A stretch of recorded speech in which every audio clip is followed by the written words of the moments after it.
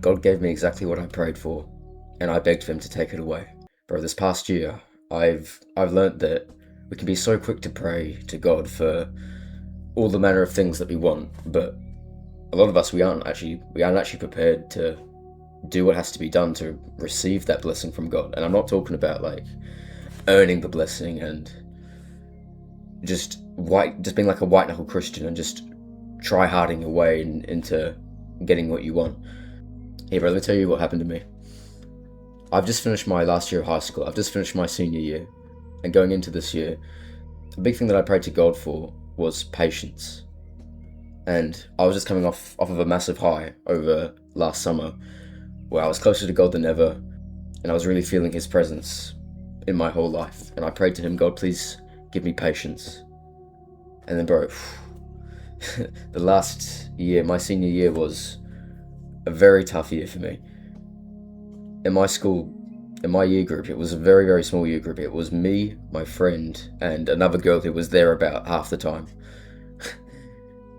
And it was very isolating. It was very, very lonely, to be honest. And there was a lot of just, I was watching all my friends, have their proms and, have these big social groups that they seemed so fulfilled in. And yet, here me and my friend were, and we're just stuck in this, dusty little room just doing our work all day because there's nothing else to do, because there was no opportunity for sport. There was no opportunity for anything, to be honest. And yeah, bro, this wasn't easy. But what it really taught me and what it really forced me to learn was patience. And it was through this that God made me more patient, because in enduring this, in getting through this, that's how patience was taught to me. It wasn't just given to me immediately, bro, but it was given to me through the months of, pain that I went through. Heck, bro, in December, during the winter months of the UK where it's all rainy and dark all the time, we had to stay in an apartment further away from my school than usual. I had to do a bigger commute than I would usually have to do, and I broke my toe while I was there. And it was just, I remember being on crutches and just, making my way to the bus stop or the train station, and I would just be like, man, this sucks. I was like, God, why? God, like, things were so good during the summer. Things are amazing, and now things just, this sucks. Like, God, take this away from me. I prayed to God for patience, and I even said to God, like, God, I know that this will be difficult. I know patience is something I struggle with, but teach me patience, help me to be more patient. And yet here I was, just praying for him to take it away, and to just go back to the good times where it was just easy.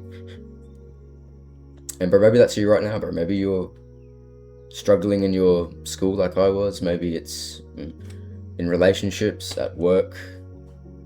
But bro, maybe this is God giving you exactly what you prayed for. If you prayed for a relationship, maybe he's teaching you how to love properly, teaching you how to be empathetic, to be caring.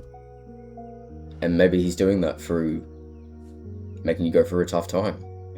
If you prayed for a promotion at work, maybe God is going to give that to you, but only after you really learn to rely on him and to put down your pride. And in doing that, maybe God's letting you be humbled. Maybe you got a little pride issue.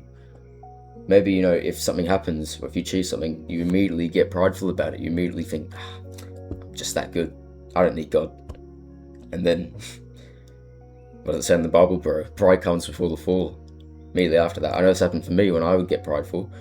Very quickly after that, you fall back into scrolling on your phone and you lose a whole day of your life. Or maybe for you, bro, maybe you'll find yourself back on that dirty website again, eating junk food again, skipping the gym again.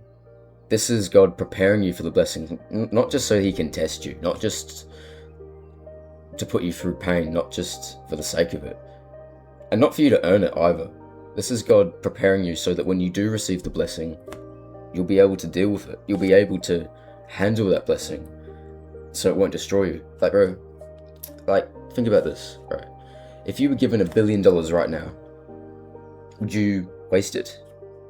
Would you steward it properly? And be real here, bro. Like, would you? No. What's the first thing you do? Would you sit down and make a plan about how much you're gonna save, spend, invest, etc.? Or will you be like, bro, there's that car that I've wanted for the longest time, piece of jewelry maybe,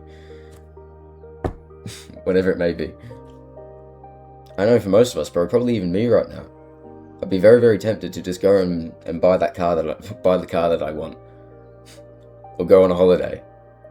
Or if it's a relationship, maybe God's teaching you to be selfless, knowing that, especially as a man of God, bro, it's about sacrifice.